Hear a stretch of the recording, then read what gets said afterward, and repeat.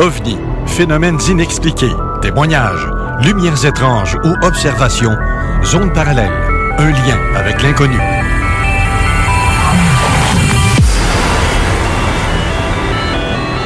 Visitez notre site web à l'adresse www.zoneparallèle.com.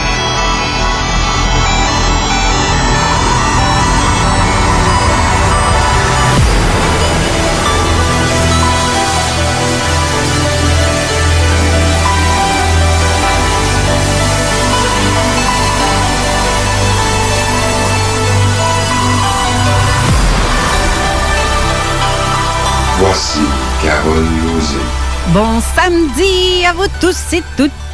Je la chante quasiment, il fait soleil. C'est-tu pas le fun, ça? Salut, Steve! Salut, Carole. Comment ça va ce matin? Ça va bien, très bien. Même, je suis de bonne humeur. C'est le fun. Il fait soleil, puis il fait enfin plus chaud un peu. C'est ce que j'allais dire. Je suis sorti ce matin avec mon gros manteau d'hiver. Il a pris le bord, ça n'a pas été long. Là. Avec la chaleur qui commence à faire, là, ça fait du bien. Ouais. On sait ce que ça signifie un petit peu la chaleur. On se l'est fait dire. Certains virus se détruisent avec la chaleur. Donc, c'est le fun de se promener avec des lunettes de soleil aussi. Ça, c'est signe parce qu'il y en a. Oui, c'est ça.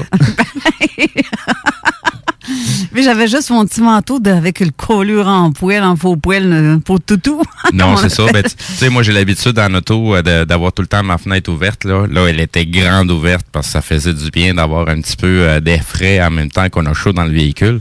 Mais ça fait du bien de voir du soleil. Là. L'été s'en vient, ça va faire du bien. Je voudrais faire un petit salut au passage à tous ceux qui nous écoutent dès le départ. La musique commence, l'émission, les gens sont là au poste, comme ma sœur Chantal qui est en stand-by. Exact. Comme elle dit, bonjour Chantal. Il y a Marie-Lise Isabelle aussi qui est là. Il y a Diane Donia qui va à la verte, ça commence, je sais pas si elle est là présentement. Mathieu, il est là présentement. Lui, avec René Chabot aussi qu'on salue. Denise Brûlé, notre belle amie Denise qui nous envoie souvent des textos assez comiques. Elle me fait rire, c'est pas compliqué. On est pas mal pareil, je pense, sur bien des jokes plates là, qu'on se fait, là, mais je vous le dis pas tout qu'est-ce qu'on s'écrit en texto parce que ça en est drôle. Des fois, il y a des affaires, je peux pas le dire tel quel, là, mais je me retiens. Non, c'est ça. Des fois, on se dit ben des niaiseries aussi pour le bon plaisir. Tu sais, comment on dit ça. Tu sais, on peut pas toujours être tout le temps très très très sérieux. Faut aussi, ça prend un petit peu de niaiserie là à travers tout ça là. Exactement. Puis ce matin, on commence l'émission avec Jean Morissette qui est au téléphone. Est-ce que tu es là, Jean? Eh oui. Ben salut oui. tout le monde. Ça va bien? Salut Jean. Carole, salut Steve. En forme? Oui. Parce que je suis allé faire du détecteur hier. Fait que je me suis endormi hier après-midi, il était vers 5 heures. Puis je me suis levé à matin, il était vers 6 heures. Et à boire, OK? 12 heures en ligne, là, si je suis pas en forme, ça sert à rien. Tu profites de ton confinement. Ah oui, mais hier, j'étais brûlé. Écoute, 4h30 de faire du détecteur, première journée, là, j'étais assez brûlé, merci. Sinon, pendant que tu es là, justement, pendant notre petite intro qu'on n'a pas faite encore parce qu'on s'est juste salué ici et là, y a-tu des choses qui vous ont marqué, vous, les boys, cette semaine? Le nombre de nouvelles niaiseuses, comme une qui a passé hier par rapport à Donald Trump, là, c'est la fameuse nouvelle où ce que théoriquement il est en train de dire de s'injecter du Lysol. C'est pas ça qu'il dit. Non, c'est ça, c'est pas en tout ça qu'il a dit. C'est pas ça du tout qu'il dit, là. Tu sais, c'est toujours facile de prendre un petit bout de phrase dans un contexte qui est beaucoup plus long. Là. Quand il fait une allocution, là, c'est 1 heure, 1 heure et demie d'allocution. Des fois, c'est 2 heures. Puis son bon plaisir aussi, c'est de répondre aux questions des médias. Puis, tu sais, il y a plein de médias qui posent des questions niaiseuses, qui veulent garder une certaine rhétorique, qui a aucun lien avec ce qui se passe réellement. Mais, tu sais... Voilà. C'est pour quelle raison qu'ils font ces choses-là? Va le savoir, tu sais. Parce que lorsque j'ai entendu dire ça, j'ai dit, je vais aller à l'écouter, puis après ça, je vais y rentrer dedans, tu sais. Mais sur son allocution de 1 minute et quelques secondes, 58, je pense, il dit, supposons, ça n'a pas encore été testé. Nous allons tester. Est-ce qu'on pourrait, je voudrais voir avec les médecins si c'est possible. Ça semble une piste intéressante. Quand est-ce qu'il a dit injectez-vous-en, vous autres? Non, c'est jamais. Ça. Alors que les journalistes, parce que les journalistes ont écrit et dit, Trump, il vient de dire, avalez-en, jamais qu'il l'a dit, jamais. Non, c'est...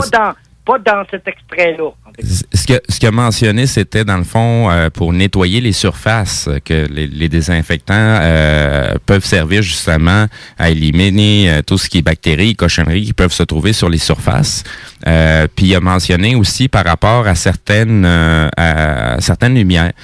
Donc il y a quelque temps, on avait reçu de mémoire, le nom m'échappe, mais tu sais, c'est au niveau de la luminothérapie, l'utilisation des ultraviolets ou de la lumière bleue pour être capable de désinfecter les surfaces. Donc, si on fouille un petit peu, il y a certaines entreprises qui ont commencé à désinfecter autant des autobus que des véhicules qui sont plus complexes à désinfecter parce qu'il y a plusieurs types de surfaces, des tissus, des rembourrages, du plastique, du métal.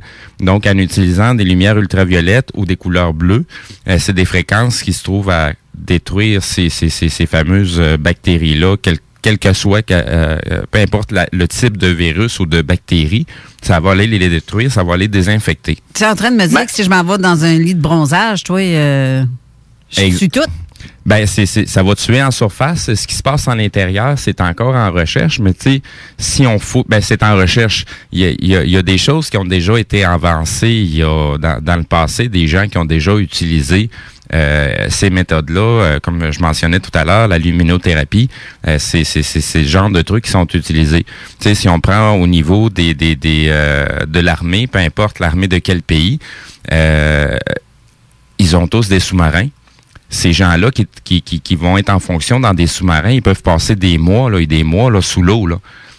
Donc, je ferais pas ça, moi. Ils savent très, très bien que l'être humain a besoin de lumière. Ben oui. Donc, il y a dans ces sous-marins-là, il va y avoir des pièces qui sont prévues à cet effet-là avec de l'éclairage pour simuler le soleil pour permettre à ce que les êtres humains ne pètent pas une coche. Hey, non, j'en pèterais une après 2 minutes. Là, ça serait du confinement solide. Ça, c'est le genre de choses qui est déjà arrivé. Tu sais, des marins qui travaillent dans des sous-marins qui ont pété leur coche, ils ont fini par s'en rendre compte que c'est une nécessité d'avoir de la lumière.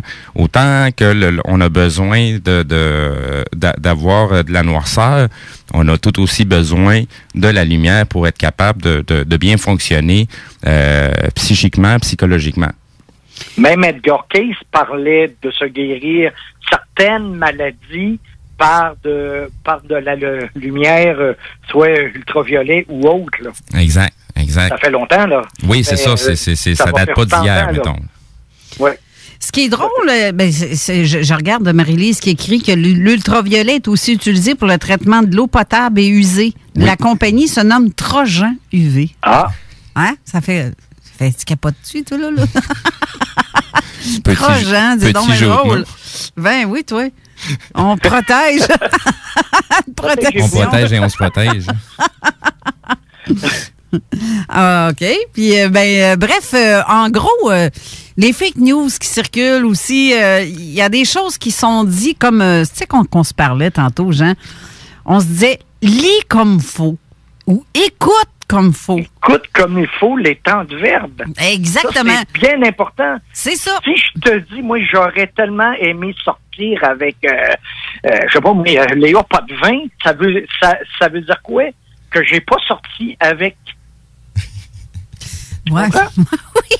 Ben, c'est un souhait que tu étais en train de faire. Ça veut pas dire que c'est la réalité ou que ça se produit présentement. Pas fait. Ça va-tu se faire? Je ne sais pas. Je crois pas. Mais je dis que j'aurais aimé éventuellement peut-être, tu sais, que tu commences pas à toujours tout dire, tu sais, éventuellement que peut-être qu'il y a une supposition que éventuellement que ça se pourrait que ça marche. Ben non, tu dis j'aurais aimé sortir avec. Ça s'arrête là. Ben, je vais être honnête avec vous autres, les gars. Cette semaine, ça fait une couple de semaines, je fais des tests sur mon Facebook personnel. Je pose des trucs. Je ne dis pas grand-chose. J'essaye d'être subtil dans ce que je dis ou de la façon dont je tourne mes phrases, que c'est peut-être mal interprété. Je sais pas, les gens le comprennent pas. Et là, je vois le monde qui me pète des coches. Il a jamais dit ça en parlant de Trump qui aurait dit telle ou telle affaire. Pas Trump, Arruda. Oui. Mané, il disait l'histoire c'était quoi donc? L'histoire du fait qu'on allait être vacciné puis avoir des puces, être pucé. Oui. Là, tout le monde m'a écrit, je sais pas combien de fois j'ai reçu le message. Il a jamais dit ça. Non, il a jamais dit ça. Justement, non, il a jamais dit ça. C'est ce que je me tuais à dire, mais les gens lisent pas tout. Puis ils voient pas les commentaires, sous-commentaires que je fais. Mais je pose une question dans le haut de ma page. Exact. Est-ce que il a l'intention de faire ça? C'est ça que je voulais dire. Là, les gens, non, il a jamais dit ça. J'ai pas dit qu'il avait dit ça. Je pose la question, est-ce qu'il y aurait l'intention de? C'est deux choses. Les gens ont mal. C'est un peu ce qu'on mentionne à nos auditeurs. Faites des recherches. On peut pas... on est là pour essayer de comprendre des choses. On est là pour essayer de faire des recherches. On emmène des pistes aux gens pour faire des recherches, des mots-clés. Mais on n'est pas en train de dire certaines choses bien précises. On n'est pas dans l'affirmative. Non, c'est ça. On est là pour amener des choses aux gens pour se poser des questions. C'est ça qui est important. C'est ça l'exercice de ce qu'on fait. Qu'on parle d'ufologie, qu'on parle de paranormal ou qu'on parle de n'importe quel sujet. C'est ça. On est là pour amener des pistes aux gens, mais il faut se poser des questions. Il faut réfléchir. On peut pas toujours agir sur l'émotion. Mais les gens sont hyper sensibles parce que oui. J'ai reçu vraiment des ballons, tu poses n'importe quoi. Non, je ne pose pas n'importe quoi. Je cible ce que je pose expressément. Exact. Mais avec une façon de dire la phrase. Mais les gens interprètent tout de suite que c'est ce que je dis qui dit. Non, c'est pas ça que je dis. Je pose la question. Relisez comme il faut ce que je dis ou ce que j'écris plutôt. Donc, alors, moi, le post que j'ai mis, là, c'est marqué Donald Trump suggère d'utiliser de la lumière ou du désinfectant. Non. Il demande si peut-être que ça pourrait marcher. Exactement. Comme lui, il mentionnait, lui, c'est le président. Il est là pour présenter des idées et pour présenter des gens compétents dans la matière. Je dis jamais que c'est lui la personne qui connaît tout puis qui sait tout. Non, c'est pas ça qu'il dit. Il est là pour présenter des solutions. Même que quand il parle, il se tourne vers la droite, vers je sais pas qui, puis qu'il demande, c'est ça, il dit, est-ce que ça se pourrait, est-ce que ça pourrait marcher, il dit pas, je sais, prenez ça, ça va être bon, jamais, mais jamais qu'il dit ça. Et là, moi, j'ai mis ça en ligne, et là, j'étais parti tout un débat. Le monde disait, ouais, mais c'est un con, c'est un malade, oui, mais il a pas dit ça. Moi, je parle de temps de verbe et le monde, elle me parle du gars. Sais-tu à quoi ça me fait penser? On le connaît tous. Jean Cazot qui nous contait que lorsqu'il était à CHRC et puis qui parlait avec quelqu'un de la politique ou de n'importe quoi, à un moment donné, l'autre personne, elle avait plus d'arguments. Et là, il disait à Jean Cazot, on sait bien, toi, tu crois aux extraterrestres. Ça n'a aucun rapport. C'est ça. C'est la différence entre le messager et le message. Et voilà. Il y a une différence entre les deux, là. Des fois, il y a des gens qui vont manquer d'arguments pour contrer le message. Donc, on va s'attaquer au messager en espérant que le message va s'atténuer. Non, le message ne s'atténuera pas. Ben, tu vois, j'ai Ray qui vient d'écrire. Trump a suggéré que les recherches soient effectuées dans lesquelles on injecterait des désinfectants dans le corps des gens. Il a dit que son équipe de scientifiques devrait investiguer dans le genre de recherche. Même chose pour les rayons UV. Il a demandé à ce qu'on fasse des recherches de ce côté. Il a quand même un risque de faire ce genre de déclaration à l'emporte-pièce. Je suis anglophone, je comprends parfaitement l'anglais. Je comprends ce que Ray veut dire, sauf que c'est la façon dont les gens vont interpréter une parole. C'est ceux-là qui rapportent l'information. C'est ça. À laquelle il y a vraiment un problème. C'est que la façon qu'elle est rapportée. Je l'ai pas mis en ligne, là, mais tu as une journaliste française, c'est pas parce qu'elle est française, elle pourrait être québécoise, qui rapporte ce que Trump aurait dit, puis qu'elle dit Trump a dû, mettez-vous-en. C'est pas vrai. M'excuse, c'est un temps de verbe qui dit c'est pas vrai. Qu'il l'a dit de faire ça. C'est faux. Donc, ça, c'est un fake news. Ben, tu vois, il y a, en parlant tantôt du Blue Room, le bleu, les lumières bleues, j'ai Carole Richard, salut en passant, Carole, qui dit, vous avez déjà eu un invité qui offre des séances dans le Blue Room qui utilise les lumières bleues. Y en a-t-il un avec ces nouvelles techniques de l'ultraviolette? Ça aussi, ça a été mitigé, chiolé. Il faut faire quand même attention au niveau des ultraviolets. Il faut savoir aussi que l'ultraviolet est utilisé dans les salons de bronzage. Ouais. Donc, il y a des périodes à laquelle on peut s'exposer aux ultraviolets. On peut pas passer une journée complète aux ultraviolets, sinon on va sortir cramé comme un homard.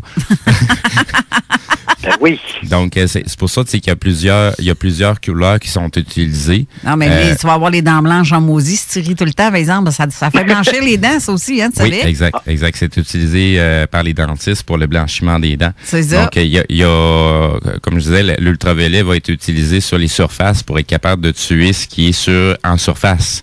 Mais c'est un temps d'exposition bien précis. Tu sais, moi, je les connais pas, les temps d'exposition. Il y a des gens qui sont professionnels dans le domaine qui vont être en mesure d'apporter les vraies informations là-dessus qui sont beaucoup plus pertinentes sur ce qui s'applique au corps humain et qu'est-ce qui ne s'applique pas au corps humain. Ouais. C'est comme de la boisson, c'est comme n'importe quoi. Exact. La modération a bien meilleur goût. Ouais. Exact. C'est ça. Ben en oui, plein ça. voyons donc. Là, on ne veut pas perdre encore tout le temps de l'émission à parler de Trump ou de n'importe quoi. Si on va avoir le temps de t'entendre. N'importe quoi. Parce que tantôt, c'est ça, mais tantôt, on a un autre invité aussi à partir de 13h qu'on va recevoir, qui est Ray Blaze, pour son témoignage de ce qu'il a vu dernièrement à Montréal cette année, là, en avril cette année. Exact. Moi, j'ai hâte.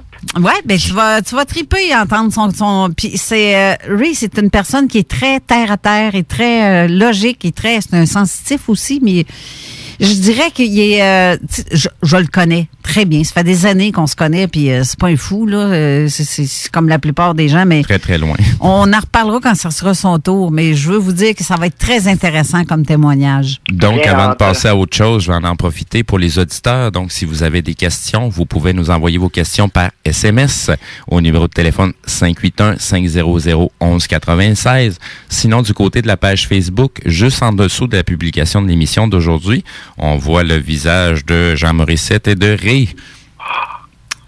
La belle petite face à Jean. Oui, exact. Puis la belle petite face à Ray aussi, parce qu'elle est vraiment bonne, sa photo, à Ray, celle-là. Bref, Jean, on parle d'OVNI. Toi, là, moi, j'ai fait une couple d'enquêtes avec toi. Je sais que tu travailles avec quelques affaires, là, mais tu travailles avec Garrett, si je me trompe pas, un détecteur de métal. Détecteur de métaux, j'en ai un gros, puis j'en ai 3 petits. C'est une longue histoire que je te conterai pas, mais je suis rendu avec trois petits. Et c'est ça. Moi, je pense honnêtement que ça devrait être dans le matériel de base de tout bon ufologiste de terrain, ceux qui se rendent sur place pour aller enquêter, voir s'il y a du métal qui aurait pu être perdu. Parce qu'il va toujours avoir des tôles et boulons. Hein. Même moi, j'ai dit pendant bien longtemps, le tôle et boulons, c'était dans les années 60-70. C'est pas vrai. C'est parce que on sait pas tout. C'est-à-dire, je crois qu'ils viennent pas tous de la même place, premièrement. Je crois, c'est rouillesse, je crois qu'il y en a qui viennent de notre monde, mais de l'extérieur de notre système solaire ou à l'intérieur de notre système solaire. Donc, matériellement parlant, je crois qu'il y en a qui viennent de d'autres dimensions. Je crois qu'il y en a qui pourraient éventuellement peut-être venir du futur. Donc ça, quand ça se pose, ça laisse des traces. T'en as oublié une batch. T'en as oublié une batch. Il y a ceux-là qui viendraient de l'intérieur de notre planète. C'est vrai. Je l'ai oublié. Merci de me remettre à l'ordre. Mais eux, ils utilisent des trucs qui se trouvent ici, sur notre Terre. Fait que c'est facile à détecter un peu plus. Il n'est pas dans les inconnus, dans les fers ou les métaux inconnus. Tout à fait. Puis là, c'est important de... Mais c'est sûr que ça coûte cher pour l'investiture, mais tu vois, on a eu une preuve avec Jacques Vallée Et là, je te parle, mais j'espère que je vais retrouver mon lien tout de suite. Jacques Vallée, il y a quelque temps, a fait une conférence que là, je cherche. Et Jacques Vallée a fait prouver que dans un morceau d'OVNI qui date de, et là, je le cherche, de je pense que c'est dans les années 50 ou 60, qui a fait analyser. C'est le morceau correspond à rien de ce qui est terrestre de notre Terre et correspond à rien de ce qu'on connaît de l'extérieur de la Terre par des analyses. Là, je suis pas scientifique, là, puis je me souviens pas, c'est peut-être à l'infrarouge, l'ultraviolet. En tout cas, quand ils nous disent qu'une exoplanète, à quelque part, contient de l'eau, contient du fer, de la vapeur, de je sais pas quoi, c'est parce qu'ils l'ont analysé spectralement. Bon, ben, Jacques Vallée nous parle qu'il a trouvé un morceau qui correspond absolument à rien de tout ce que l'on connaît. Donc, qui vient de... Il dit pas d'où est-ce que ça vient. Il dit pas que c'est extraterrestre. Il dit pas que c'est un monde parallèle. Il dit pas intraterrestre. Il dit rien, mais il dit que ça correspond à rien de ce que l'on connaît. Oui. À quelque chose qui n'a pas été étudié à date. C'est ça. Ça peut être, exactement. C'est ça. Ça peut être ça. Ça veut pas dire que ça vient d'ailleurs. Ça veut peut-être être terrestre que l'on connaît pas, là. C'est ça. C'est bon. Ça. C'est en plein ce que je viens de dire. Oui, c'est exactement ça. Oui, je te donne raison, là. Merci. Oui. Oh, yes. Hey, je me flatte les sourcils, là. Ça a l'air de rien. Ah, ben c'est bien. C'est bien. Alors, je te parle, puis là, je cherche en tabarouette là, sur ma page, parce que je sais que je l'ai mis en... Ah, voilà. J'étais directement dessus. Tu vois, Jacques Vallée, attends un peu, 15 morceaux, la pièce structure, voyons, c'est où? OK. Non seulement ce ne sont pas des ratios que l'on observe sur Terre, mais non plus dans l'espace que l'on connaît. C'est comme si cet échantillon de magnésium avait été composé en isotopes, puis recombiné ensuite selon des proportions inédites. C'est totalement inexplicable en l'état actuel des connaissances. Qui était capable de le faire en 1957, parce que c'était un morceau d'OVNI qui a éclaté proche d'une plage. Je pense que c'est au Brésil, mais là, non, c'est en Argentine. Et il y avait un marin argentin qui, lui, avait ramassé ça. Ils ont vu que quelque chose arrivait proche d'une plage et tout à coup, paf, ça l'a explosé. Bon. À cette heure, est-ce que c'est dit que c'est un ovni? Non. Est-ce que c'est dit qu'il y avait des habitants dedans? Non. Mais le morceau qui a été analysé, en fait, il avait fait analyser 2 morceaux. Un qui n'a absolument rien donné. Et 2 de ce morceau-là qui avait éclaté en 1957 prouvait justement tout ce que je viens de dire. Et là, même qui disait d'autres analyses plus poussées seraient forcément nécessaires, mais que ça coûte énormément cher.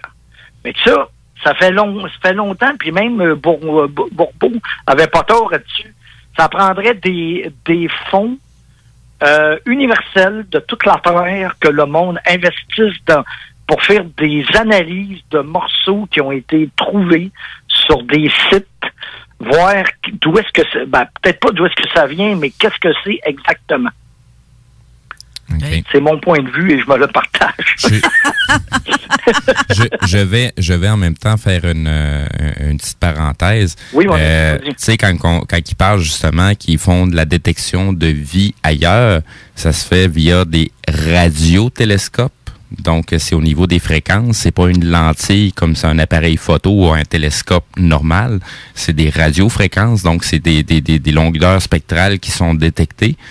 Et la détection de la vie n'implique pas nécessairement des êtres humains. La vie, c'est quoi? Ça peut être des plantes, ça peut être des bactéries, ça peut être à peu près du tout et du n'importe quoi, mais la seule distinction, c'est que c'est quelque chose de vivant qui se développe et qui mute. Ouais. Et voilà. C'est ça la vie. Et voilà. Donc, c'est ça la vie. Chaque être, peu importe quelle forme qu'il va avoir ou va avoir une longueur spectrale, puis ça, c'est détectable.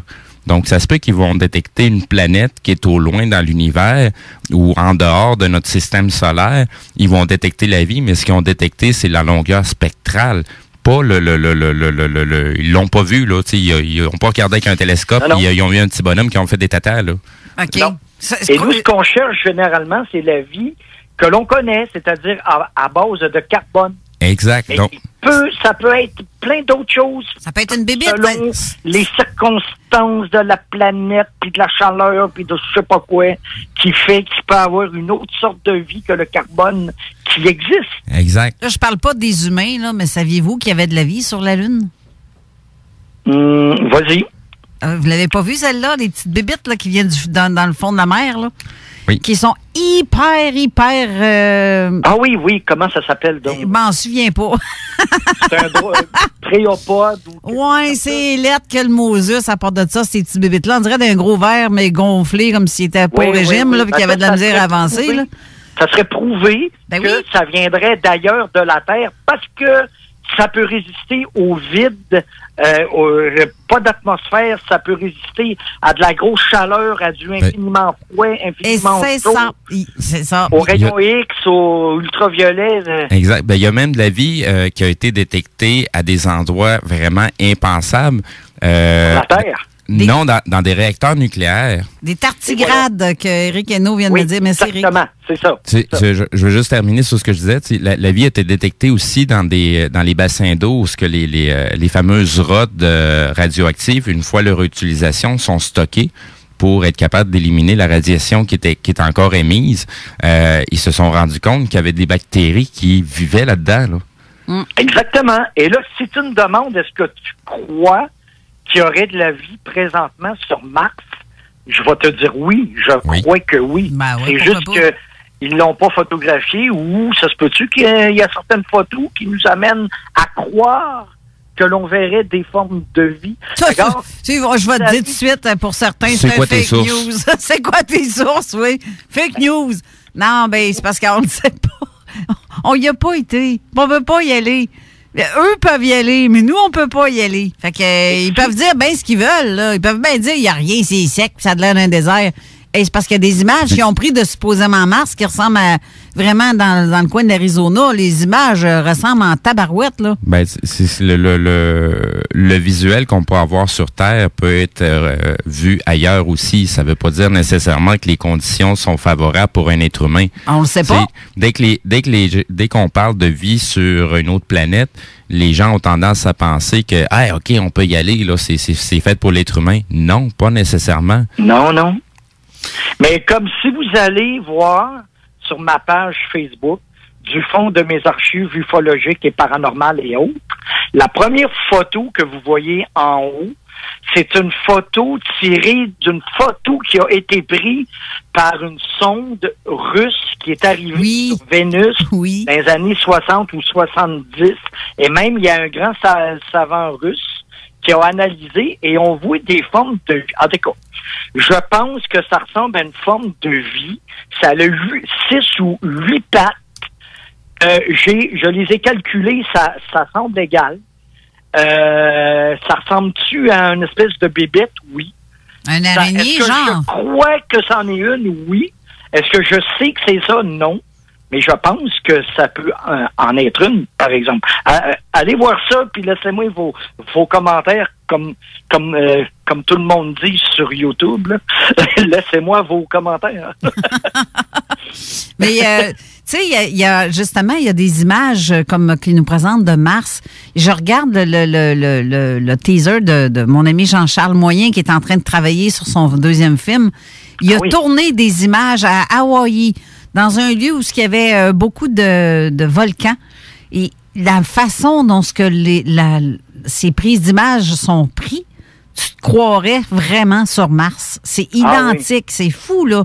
Tu vois clairement que c'est comme s'il serait sur une autre planète, mais pourtant, il est juste sur Terre, là.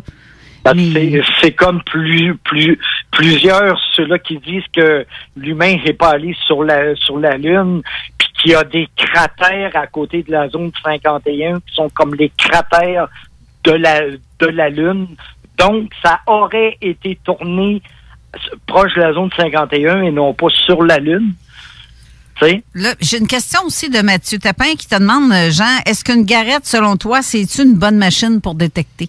Très bonne, très bonne. Ne faites pas comme moi, qui avait, et là, je vais me faire tirer des roches, des tomates, parce que dans les premiers temps, je m'étais acheté un détecteur à 25 $ d'une compagnie Canadian Tower, pour pas la nommer, mais moi je voulais savoir est-ce que j'aimais vraiment ça. Je pensais pas à l'ufologie encore que ça pourrait servir pour ça, là.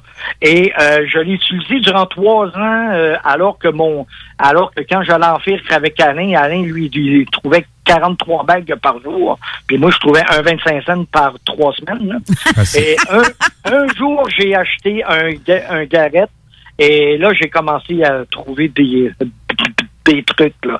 Et là, je suis rendu avec un ATX Pro. Okay. Et écoute, ça vaut 1000$, mais tabarouette, ça marche. C'est pas Garrett, c'est une autre marque. Non, c'est Garrett ATX. Ah, OK. Garrett, c'est l'entreprise qui le fabrique. Ouais, il y a plusieurs exactement. modèles. À ce que je me rappelle bien aussi, il y a une calibration pour ça, là. Dépendamment des métaux que tu veux détecter, tu vas avoir faut que tu le calibres en conséquence pour pouvoir détecter le bon métaux, là. C'est pas, il détecte n'importe quoi, là. Puis, ici, il y a de l'or, ici, il y a du plomb, puis il y a des calibrations là-dessus. Donc, c'est un peu la raison pourquoi il faut avoir plusieurs détecteurs, parce qu'ils sont pas calibrés nécessairement pour les mêmes types de métaux. Et tu peux même l'organiser juste pour l'or, trouver de l'or, tu sais, quand que tu t'en vas. Savez-vous qu'avant la ruée au Klondike, il y a eu une ruée vers l'or dans la Beauce? Il n'y a pas grand monde qui savent ça. Parce que ils ont la plus grosse pépite au Canada qui a jamais été trouvée d'or, ça s'est trouvé dans la Beauce, dans la rivière, que j'oublie le nom, je m'excuse. Chaudière? Si vous faites plus... Oui. C'est une jeune fille qui l'avait trouvée à la fin des années 1800 quelque. Et c'était une belle roche. Elle l'avait mis comme appui-livre. Jusqu'à temps que des années plus tard, un des amis à son père, qui était pas un inspecteur, de cas, quelqu'un qui analysait les métaux, il voit ça, il disait « Hey, sais-tu que c'est ça? » Bon, c'est une belle roche. Non, c'est une pépite d'or. C'est la plus grosse pépite d'or que j'ai jamais trouvée. Et après ça, il y a eu une ruée vers l'or dans cette rivière-là. Moi, j'ai été faire du panning, là, et tu trouves de l'or en petites paillettes, là. Je suis pas riche, là, en tout petites paillettes. Mais la veine principale de ces veines-là a jamais été trouvée encore dans la Beauce. Et là, il est question depuis 2-3 ans qu'ils vont recommencer, qu'ils vont aller fouiller là pour trouver la veine, parce que le jour où ils vont la trouver, là, ils vont devenir riches, là. Ouais. Hey, on va aller à là, c'est dans la Beauce, là. C'est à 1h30 de site, là. Ben, même encore. 15 minutes passées de l'autre bord, t'es dans Beauce. Parce que en traversant... La nouvelle Beauce. Ouais. La nouvelle Beauce. Ah, je sais pas, ouais. Ben, c'est dans la vieille partie, là. Ouais, mais oui, la rivière, là, ça coule, hein. Les roches se déplacent. Avec les glaces, tout se déplace. Fait que c'est peut-être rendu dans le fleuve, puis on le sait même pas. Donc, juste avant d'aller à la pause, j'ai mis quelques publications du Journal du Québec, justement, sur la ruée vers l'or en Beauce, qui date de 2019. Et aussi les informations pour Monsieur Détec. À une certaine époque, Jean avait une émission où justement il parlait plus longuement et plus précisément sur les détecteurs de métal, les besoins d'appareils qu'on peut avoir pour s'adonner à cette passion-là. Donc, j'ai remis ces liens-là pour que les gens puissent aller retrouver les anciennes émissions de Trésors et Légendes. Le nombre d'informations que tu nous avais transmis à ces époques-là, c'est assez intéressant. Puis comme je t'écoutais, ben je me rappelle de plein de choses que tu nous avais parlé à ce sujet-là. Là, j'ai quand même une pas pire mémoire. Tu étais comme derrière la caméra aussi, c'est plus facile. Ben c'est ça mon trip de justement de pouvoir produire des conférences. C'est pas moi qui parle. Moi, je m'organise pour avoir le matériel puis être capable de faire les enregistrements, faire les montages ou faire la diffusion. Mais mon vrai trip là-dedans, c'est d'écouter ce que les gens compétents ont quelque chose à dire. C'est ça mon trip d'apprendre. Je suis curieux. curieux de nature. Puis quand les gens viennent me transmettre les choses verbalement, je retiens encore plus ces informations-là. T'es donc bien fin. Merci beaucoup. Là, il y a Sonia Toulouse, qui demande si ça peut être la rivière Gilbert. Ça dit quelque chose? Non, c'est pas Gilbert. C'est vraiment Chaudière? La rivière Chaudière, peut-être? Non, c'est pas celle-là.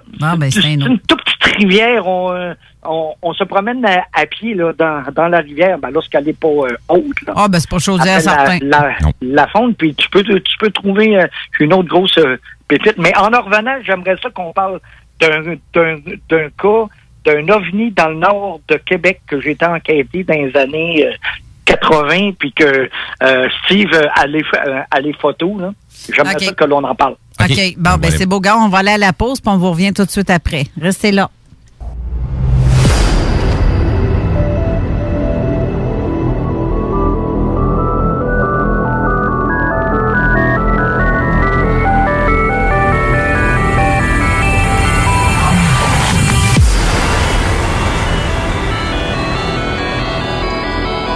De retour en studio avec Jean Morissette au téléphone. Je veux m'excuser, c'est vraiment la rivière Gilbert. C'est pas parce que je voulais pas que le mondial puis qu'il nous laisse tout l'or. T'as vérifié? Oui, j'ai vérifié. C'est bel et bien Gilbert. OK. Je sais pas c'est où. Je sais pas plus c'est où. On pourra y aller ensemble si vous voulez. Non, toi, c'est avec nos détecteurs et on risque de se promener. Ça va être bien le fun de faire ça. Pourquoi pas? Je vais juste le prendre en note. Je vais le poster dans pas long directement sur... À 2 mètres de distance. Mettez-vous des bottes étanches, puis il n'y a aucun problème après ça. Là. On va se donner rendez-vous en hypocrite. Oui, monsieur. Là, je viens de le dire tout fort. Fait que s'il voit, c'est pas il y a mieux. T'es bien stouleuse. On ne dira pas qu'on va y aller pour chercher de l'or. Non.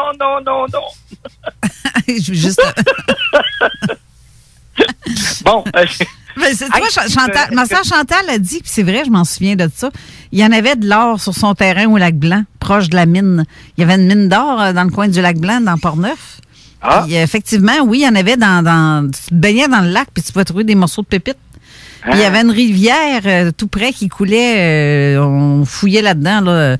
Sauf que c'est une espèce d'Arios ramassée là, dans le coin du Lac-Blanc. T'as aussi... rivière en aurait, mais là, je ne sais pas. Je ne le sais pas.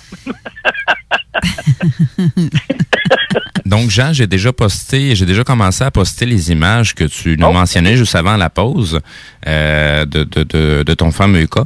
Donc, oui. Tu vas pouvoir y aller là-dessus.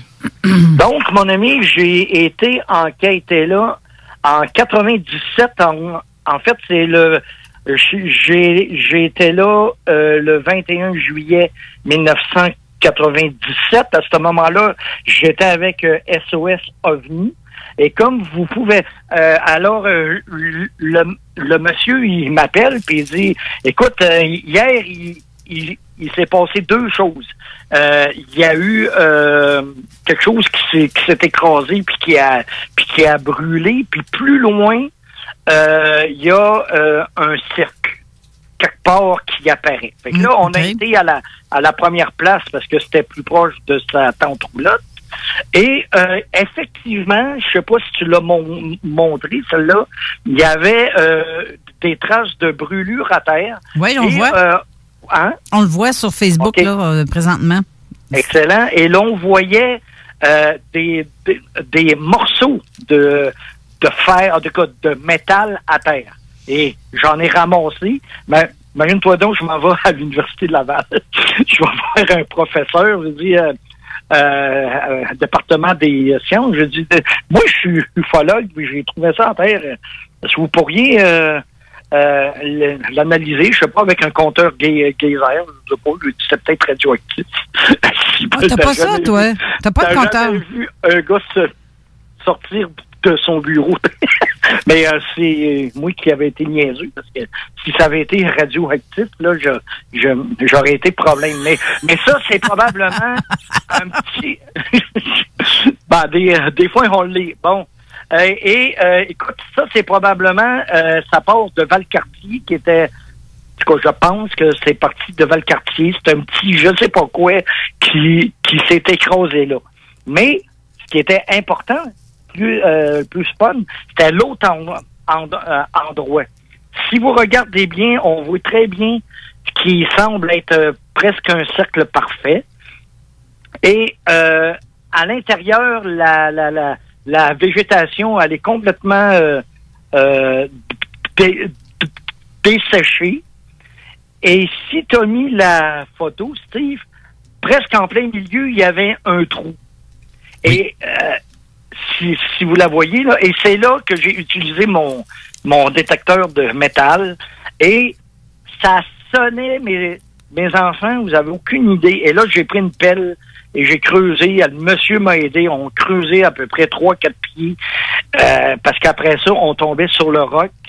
Et j'ai jamais su qu'est-ce qui sonnait comme ça, par exemple, malheureusement. Mais ce qu'il y avait d'intéressant aussi, c'est que le monsieur qui, lui, était un amateur d'aide des bois.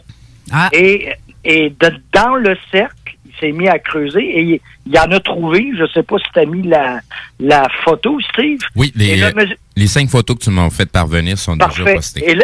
Et le monsieur disait que à l'intérieur, l'ail des bois était 5 fois plus petit que la normale. Alors, ce qui s'est passé là, je le sais pas. Je sais pas si c'est un ovni qui a atterri, je sais pas si c'est un phénomène lumineux qui a sorti de je sais pas où. Mais contrairement à Valençol en France et contrairement à Sainte-Marie de Mont-Noir, pas loin de Drummondville, où le sol s'était comme fertilisé, et encore plus à Sainte-Marie de Mont-Noir, parce que c'était au mois de novembre, si je me joue pas de tour de date. Donc, il y avait de la neige et le sol et l'herbe avait repoussé. Ben là, moi, sur ce site-là, la végétation avait desséché. Donc, pourquoi? Je sais pas. C'était un cercle. C'était je dis pas qu'il était parfait, mais à l'intérieur de ça, même la végétation de l'ail des bois qui était sous la terre avait rapetissé 5 fois plus petit que la normale. Je sais pas pourquoi. Mais ça me fait penser un peu aussi où il y a eu la porte dimensionnelle à Sainte-Croix quand on est allé. Et quand moi, je lis le détecteur de radioactivité, et c'était légèrement radioactif, mais très bas niveau. C'est vrai. Ben oui, puis tu vois, s'il avait été, t'avais ton truc, toi, puis il sonnait pas. Ton détecteur ne sonnait pas. Ça sonnait pas, c'est vrai.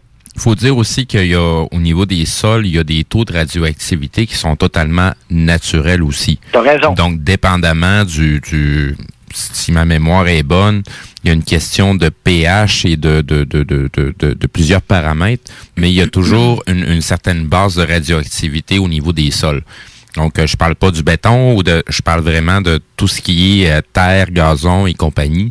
Il va y avoir toujours une certaine base. Donc, avant de déterminer qu'il y a quelque chose qui s'est passé à cet endroit-là, faut faire une vérification au niveau des pH des sols déjà préétablis dans les secteurs, pas les pH, mais la radioactivité déjà préétablie, pour être capable de voir s'il y a une différence entre les deux, s'il y a quelque chose qui a pu provoquer une hausse ou une baisse de la radioactivité. Tu as tout à fait raison. Une vraie enquête complète, ça devrait être ça, là. Exact. C'est ce que ça doit être, là. Oui, en tout cas, le sol est identique. Si je regarde les photos que Steve a postées, là, le sol est identique, même que c'était craquelé à certains endroits. Puis où est-ce qu'on était capable de voir où est-ce qu'il y avait de la radioactivité. Puis j'ai même emmené Jean, comment il s'appelle, non? La QU avec toi. Vézina. Jean Vézina. Il est venu avec ses appareils qui confirment effectivement à l'endroit où ce qu'on était. Il le capte lui aussi. Ça a même monté à 40 à un moment donné. Puis c'était fort. Mais ce qui est curieux, c'est qu'à cet endroit-là, il y a souvent des observations. Il y a une dame qui reste en billet dans les terres plus haut et elle dit que elle voit souvent des ovnis apparaître ou des trucs qui c'est pas normal, là. C'est tout le temps dans le même coin.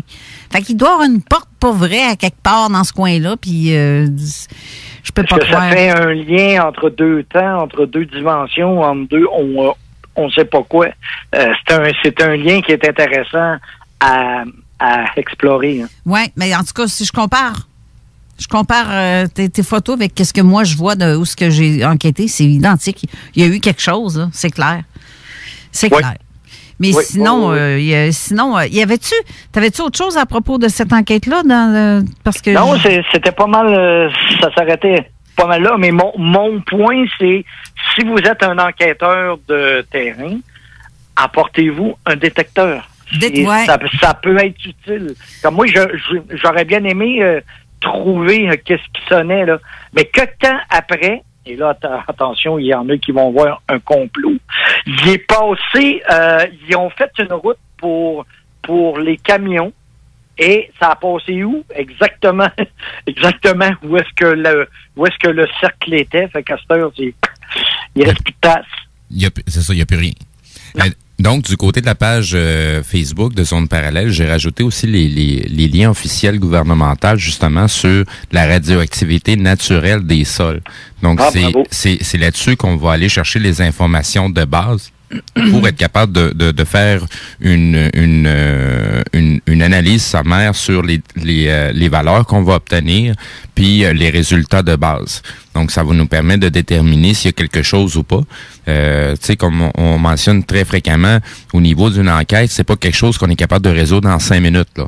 Il y a beaucoup de paramètres de lecture des appareils qu'on doit utiliser pour faire les tests avant de se lancer à dire « Hey, oui, il s'est passé quelque chose à cet endroit-là. » Puis ça fait 4 ans que je vais faire un tour à chaque année, exact. 2 fois par année, au même endroit, parce que je vérifie tout le temps voir. Exact. C'est long, c'est des années.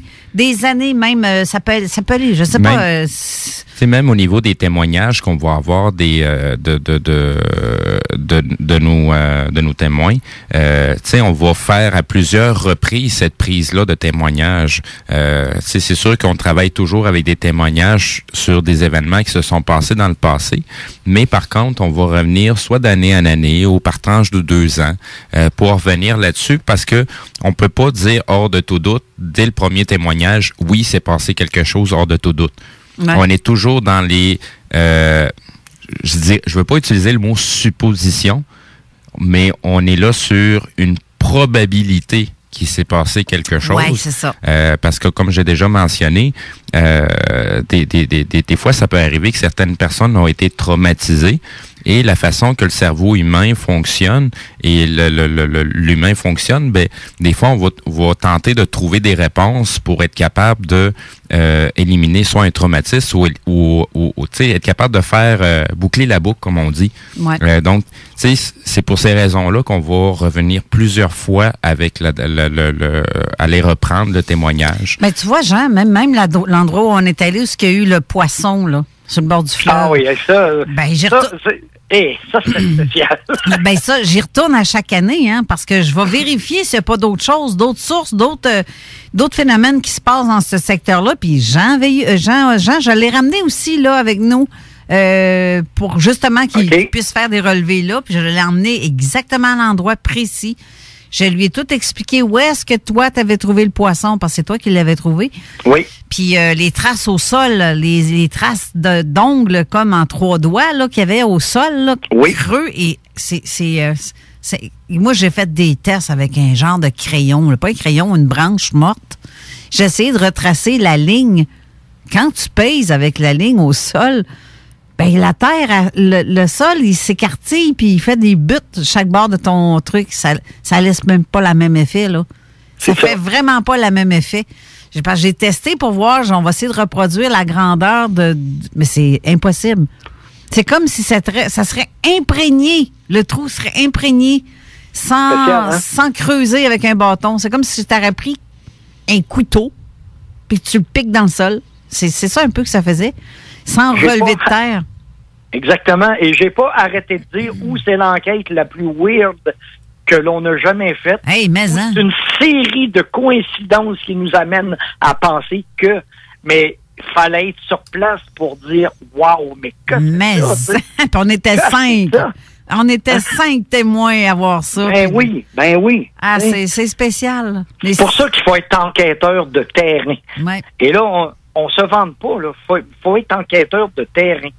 Oui, carrément. Il faut avoir les bonnes notions aussi, les bonnes méthodes d'enquête aussi, parce que n'importe qui peut arriver à ça s'est passé, puis les 2 pieds sur l'eau. Voyons, tes pieds de là. Et l'exercice qu'on fait très souvent, c'est qu'on va présenter notre travail à nos pairs pour être capable de les comparer et de déterminer s'il n'y aurait pas des choses qu'on aurait oubliées dans notre enquête. Parce que, tu sais, il y a tellement d'aspects qu'il faut couvrir. C'est pas une seule personne qui va parvenir à trouver la vérité. Ça va être plutôt au niveau de plusieurs enquêteurs qui vont revérifier les données. Et même aujourd'hui, on reprend des cas qui ont été enquêtés il y a 5 ans, il y a 10 ans, il y a 15 ans, il y a 20 ans. Et on va refaire les mêmes exercices, on va aller rechercher les informations. C'est sûr que 10 ans, 15 ans plus tard, ça se peut que le témoin est décédé, là, qui n'est plus là. Mais par contre, on va être en mesure d'aller corroborer certaines informations. Puis bien des fois, ça nous permet de trouver des nouvelles informations qui avaient été totalement passées sous silence ou totalement oubliées, soit parce que on n'avait pas d'appareil pour détecter certaines choses à une certaine époque, puis aujourd'hui on les a. Donc on va refaire les enquêtes qui ont déjà été faites pour corroborer certaines informations. Et comme je le mentionne, des fois, ça nous permet de trouver des nouvelles informations qui n'avaient pas été prises en considération. Samedi passé, je parlais que c'est une question des fois de vocabulaire et de perception. Mais des fois, la perception qu'on avait il y a 10 ans, il y a 15 ans n'est pas la même qu'on a aujourd'hui. Tout à fait. Et j'y reviens souvent, et j'ai même retrouvé la photo dans un ancien magazine MUFON. Il y a un cas ufologique dans les années 60, 70. Il y a quelqu'un qui est dans une auto, qui prend une photo qui est floue. On ne sait pas s'il a fait exprès ou pas de la prendre. C'est peut-être que l'auto bougeait. En tout cas, bref, tu vois ce qui ressemble à un ovni avec comme une traînée en dessous. Et ça, dans le temps, c'était avec les négatifs. Puis le temps qu'ils fassent développer les photos, ils ont fait « Wow! Hey, c'est un ovni! » Et là, ça a été analysé. Les négatifs ont été analysés. Tout est correct. Ben oui, c'était pas un montage. C'est une vraie photo.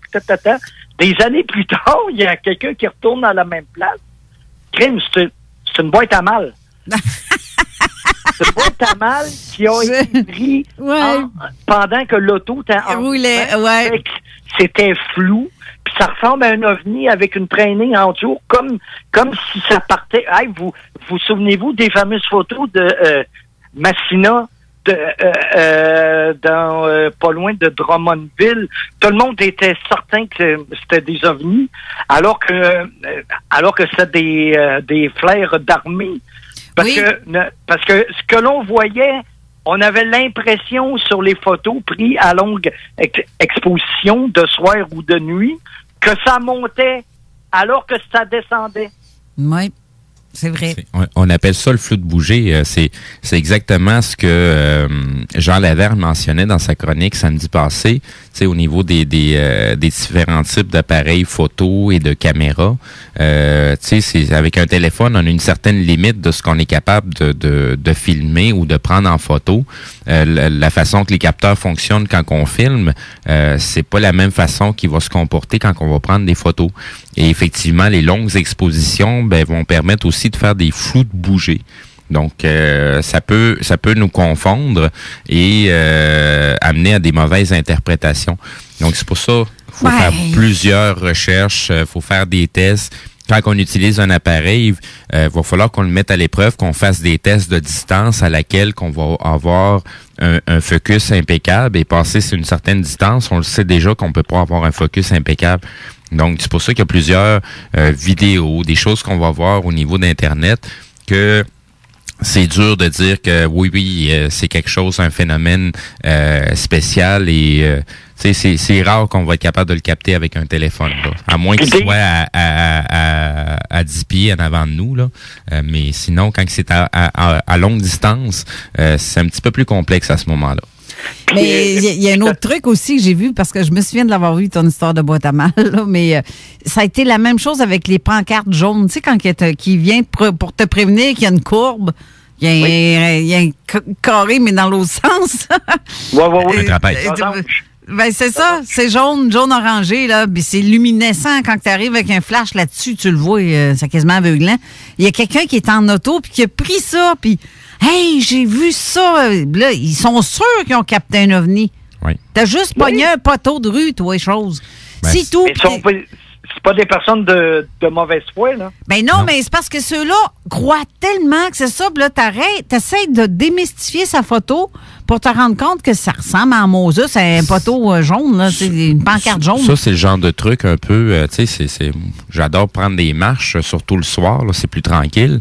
Mais, tu sais, quand on voit un chat la nuit, là, ben ouais, les yeux verts, là, on dirait vraiment un être d'une autre planète qui est en train de nous regarder, là, mais c'est simplement un chat. Ben, c'est ça. Même les petits voleurs, là, tu sais, les petites bêtes, les ratons. Je vais essayer de retrouver une des photos que j'avais déjà prises d'un chat de mon coloc.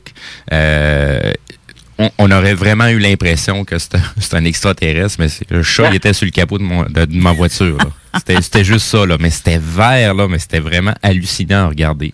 Ouais. Puis une chose aussi, c'est que des fois, on fait des liens qu'il faut pas, comme les photos de Massina, ce qui faisait penser qu'éventuellement, il y a quelque chose qui aurait pu attirer les ovnis là. Mm-hmm. C'est parce que c'est là que Gérald Bull avait essayé son super canon en premier, avant d'aller en Iran ou en Irak, puis de se faire assassiner après ça par le Mossad. Et ça, je l'invente pas. Ça a été prouvé. C'est quoi tes sources? C'était là. Gérald Bull avait fait ses premiers essais de son super canon là. Ah ben, c'est quoi ta source, comme Steve dit? J'ai le livre L'affaire Gérald Bull, les canons de l'Apocalypse. C'est écrit par Normand Lester. Ah, celui qui est à la télé, ça? Oui, Normand Lester, oui. Le journaliste.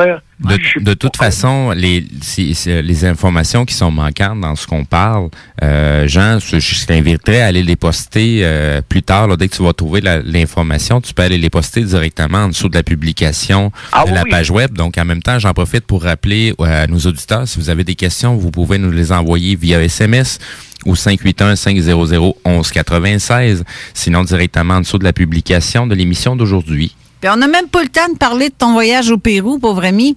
Il est déjà 1 heure. Puis la prochaine fois. Ben oui, c'est signe que tu es obligé de revenir. C'est-tu plate? Jean est une mine d'informations, s'intéresse aussi à beaucoup de choses. J'aimerais ça, Jean, qu'à un moment donné, on revienne sur Coral Castle. Ah oui, ben aussi. Oui. Il y a plein... Moi, je suis allé sur place. Et il y a plein d'informations que le monde dit, c'est mystérieux.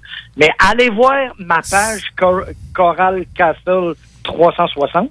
Oui. Et vous allez voir que, comme là, le monde, ils disent, il a traîné des blocs sur des centaines ou des dizaines de kilomètres. Ben, pas nécessairement. Juste à l'extérieur des murs, c'est là qu'il les a pris son corail. Puis du corail, c'est pas si pesant que ça. Et le gars, quand tu regardes tous les instruments qu'il y avait, et moi, je les ai toutes photographiés, là. J'ai toutes photographié ce qu'il y avait à Coral Castle, là. Et on voit que le gars, c'était un patenteux. C'était un gars extraordinaire, là. C'était un gros patenteux, le gars. Mais il a trouvé des trucs pour monter des blocs qui sont très pesants. Disons qu'il utilise des anciennes techniques un petit peu oubliées. Oui, il l'a même dit. Ça, il l'a dit. J'ai trouvé le secret des constructeurs des pyramides. Il n'a jamais dit d'extraterrestres, là. Non, c'est ça. Tu sais, c'est des techniques qui sont peu connues. Tu sais, le commun des mortels qui va se poser la question, on le saura pas. Mais tu sais, des gens qui ont l'habitude de travailler, mettons, avec certains types de béton ou des agglomérations de certaines matières naturelles, ils vont comprendre comment le faire, là. Tu sais, puis sinon, des façons de couper, tu sais, ils n'ont pas toujours nécessairement besoin d'un laser pour couper quelque chose qui est quand même dur. Donc, tu sais, il y a plusieurs techniques. Puis, au niveau de M. Litskin, il a tout laissé ce qu'il a utilisé. C'est à nous, tu sais, un peu comme une énigme, mais c'est à nous en faire la compréhension et à faire nos recherches. Mais les informations sont là, on est capable de les découvrir. Et la meilleure façon de savoir si c'est même ça s'est fait, pourquoi vous l'expérimentez pas, tout simplement? Pas obligé de refaire un jardin au complet, là, juste tenter de refaire un bloc en corail. Vous allez finir par comprendre comment il s'en est pris pour être capable de faire ce fameux jardin-là. La seule chose qui reste de mystérieux, c'est qu'il avait fait un immense trépied et il y avait une boîte noire sur le dessus qui a disparu. Exact. La seule chose, allez voir sur ma page, puis je suis pas plus savant qu'un autre, là, mais j'ai trouvé beaucoup de réponses à des choses que le monde dit c'est mystérieux, oui, ou qui ont mal interprété, qui disent le corail vient de dizaines de kilomètres. Non, il l'a coupé de l'autre côté du mur qui s'est fait. Allez voir. Juste pour mentionner par rapport à cette fameuse boîte noire qui se trouve au-dessus du trépied, oui. Il y avait une métrie, puis avec un paquet de bouts de fil, on appelle ça des coils, puis on va travailler avec des champs magnétiques. Donc, un champ magnétique, un solénoïde, qu'est-ce que ça fait? Ça fait un va-et-vient. Ce fameux va-et-vient-là, on peut très, très bien y coller une scie. Pas obligé d'avoir quelqu'un qui va le faire à bras, là, avec du jus de bras, là. Donc, c'est d'être en mesure de reproduire un mouvement mécanique. Puis après ça, c'est juste de rattacher les bons équipements ou les bons appareils. Puis comme tu le mentionnais, c'est un patenteux, ce gars-là. Donc, les grandes découvertes ont été faites par des patenteux, oui, et ça a permis de peaufiner ces découvertes-là. Il mesurait 5 pieds, le gars. Fait que c'est pas le gars le plus fort du monde, là.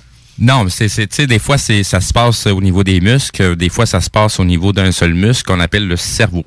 Et voilà. Ça, j'y crois, ça. Il y a mon ami Cyril qui a écrit un long message. Mais je peux pas le lire au complet, Cyril, parce que c'est très long, puis j'aurais pas le temps de le lire. Okay. Mais pour toi, un message pour toi de mon amie Denise qui nous écoute, qui dit que quand tu seras prêt à faire un petit des recherches dans des trésors pour l'or surtout, elle veut y aller avec toi. On partira pas de rumeurs. on va juste les mentionner via texto comment lui envoyer comment prendre contact avec toi. Sinon, on lui mentionne via le Facebook. C'est très facile à trouver. Juste à taper Jean Morissette, vous allez trouver. Vous savez déjà qui on est au niveau de Facebook. Fait que dans nos amis, vous allez retrouver assez rapidement Jean Morissette. Vous allez pouvoir rentrer en contact avec lui. Effectivement. Puis là, on va devoir aller à la pause. C'est déjà terminé pour toi, Jean, parce que même je déborde de 4 minutes. Mais bref, on va falloir qu'on te réinvite, comme d'habitude. Puis là, ce coup-là, on va parler de Pérou. En confinement, fait qu'il n'y a pas de... Mais j'ai plein d'autres émissions, plein de monde qui attend pour passer à l'émission. Fait que je sais pas quand est-ce, mais maintenant, à tel tatuc, on va en reparler de ton voyage à un moment donné. Aucun problème, cher. Merci beaucoup, Jean, d'avoir été là. Toujours un plaisir. Salut Carole, salut Steve, salut tout le monde. Puis s'il y a des questions, j'ai vu que tu avais commencé à répondre. S'il y en a d'autres, des questions, vous pouvez les poser à Jean sur la page de Zone Parallèle, sur Facebook de Zone Parallèle, mais aussi par le texto, Steve. Puis, Jean, profite du soleil. Il fait beau dehors. Oui, le texto. Oui. Donc, via texto. Il y a des grosses chances que je retourne en faire là, du détecteur tantôt.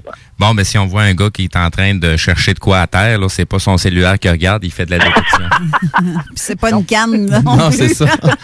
Donc, juste rappeler aux auditeurs, si vous avez des questions via texto, vous pouvez nous contacter au 581-500-1196.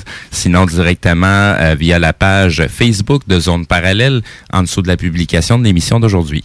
Et voilà. Et après la pause, on reçoit Ray Blaze qui va nous raconter ce qu'il a vu la nuit du 14 au 15 avril 2020. Alors, restez là. Salut tout le monde. Merci, bye Jean. Bye.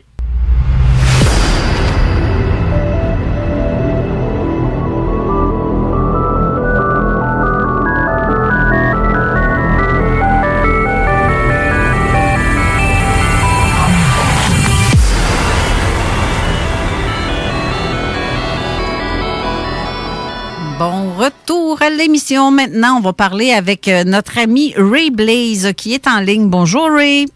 Salut, Carole. Ça va bien? Oui, ça va bien. Bonjour, Steve. Salut, Ray, ça va bien? J'ai fait, Ça va très bien. J'ai fait une courte présentation. Tu es auteur, acteur, réalisateur. En même temps, tu travailles pas mal. On t'a vu à quelques émissions de télé, justement, ou dans certaines annonces publicitaires. Mais est-ce que je te salue vraiment, chapeau bas. Chapeau bas. C'est ça qu'on dit, chapeau bas? Chapeau haut, chapeau bas. En tout cas, je lève mon chapeau. Je le lève, simplement. Et je salue le courage que tu as, Ray, de parler de ce que tu vois, parce que les gens ont peur du ridicule. Puis toi, tu t'affirmes au même titre que je vais m'affirmer. On se ressemble un peu pas mal sur bien des côtés, là. Ben oui, hein. Mais ben oui, toi, chose. Mais c'est comme si vraiment, là, les gens ont peur du ridicule et de pas se faire comprendre. Mais là, on va mettre les choses au clair ce midi avec qu'est-ce que tu vas dire. Parce que il y a des trucs que quand t'en as parlé à certaines personnes, les gens comprenaient pas la façon que tu t'exprimais, j'ai l'impression, où les gens dorment sa switch puis ils veulent pas, je sais pas, on dirait que tu comptes. Ben, moi, la raison primaire pour laquelle j'ai accepté ton invitation, en passant, félicitations pour votre émission. Merci. Il devrait y avoir plus d'émissions comme la vôtre, parce que c'est une émission de service qui est très utile, qui nous réveille la conscience, qui réveille le monde, qui nous dit les vraies affaires. Puis tu sais, dans toute chose, on doit faire la part des choses. T'en prends puis t'en laisses. S'il y a quelque chose que t'es pas sûr, t'es pas obligé de croire à tout ce qui est présenté à ton émission, mais c'est à toi de décider ce que t'en fais. Exact. Mais même mon histoire, si je raconte une histoire, c'est ça. Que tu me crois, tu me crois pas. Moi, je sais que je suis pas menteuse. Si je dis quelque chose, parce que c'est vrai. Parce que je l'ai vécu, parce que j'ai une façon de voir les choses peut-être que ma façon est différente de voir les choses des autres. Je le sais pas, mais ce que je dis, je sais que je l'ai vécu. Tout comme toi, que je crois ton histoire parce que je te connais. Je te connais. Je sais que t'es pas une personne qui va nous conter des babards puis qui va nous...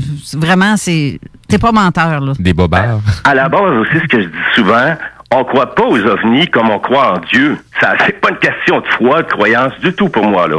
C'est une question de est-ce que tu crois au témoignage des personnes?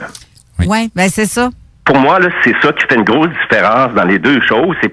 Les gens mélangent tout, et pour moi, c'est tous des tiroirs différents. Exact. Oui. Puis là, on va faire moi, je vais le dire en premier, c'est que tu m'as parlé, tu m'as lâché un texto 5 minutes à peine 5 minutes après que tu aies vu ton truc, et tu m'expliques ce que tu as vu et... Je suis un peu nerveux, hein? Ben, c'est normal. T'es calme, mais c'est sûr que... Moi, en fait, parce que je vais être exact, là, 3 minutes après que j'ai vu cet objet-là, parce que je te connais, parce que je sais que pour moi, t'es ma ressource du côté ufologique, moi, tout ce qui est paranormal m'intéresse, mais les UFO, en anglais, c'est OVNI en français, c'est pas quelque chose que je connais beaucoup. J'avais déjà vu des documentaires sur qu'est-ce qui est arrivé à Place Bonaventure. Je connais l'histoire de Travis Walton. J'ai vu le film Light in the Sky. Et j'ai vu beaucoup de vidéos parce que ce monsieur-là a été abducté et il a dédié tout le reste de sa vie sur ce sujet-là. Et je le trouve très crédible. Le vrai Travis Walton. Si vous allez sur YouTube, vous allez pouvoir voir plein de vidéos qu'il a fait. Il a même retourné sur le site des années plus tard avec des scientifiques, puis on a analysé qu'il y avait des cimes d'arbres brûlés, puis les scientifiques ne peuvent même pas expliquer ça. Ben, en même temps, c'est parce que si tu regardes le film comme dans n'importe quel film, plusieurs films d'ailleurs, tout est exagéré parce que c'est plus beau puis ça fait plus épeurant. Faut prendre aussi les choses comme étant des demi-vérités, ou sinon, ça me rappelle souvent un dicton que ma mère m'a toujours rappelé, m'a toujours dit durant ma jeunesse, puis que rendu à mon âge, je commence à comprendre. Tu sais, de ce qu'on te raconte, là, crois-en rien. Puis de ce que tu vois, crois-en juste la moitié.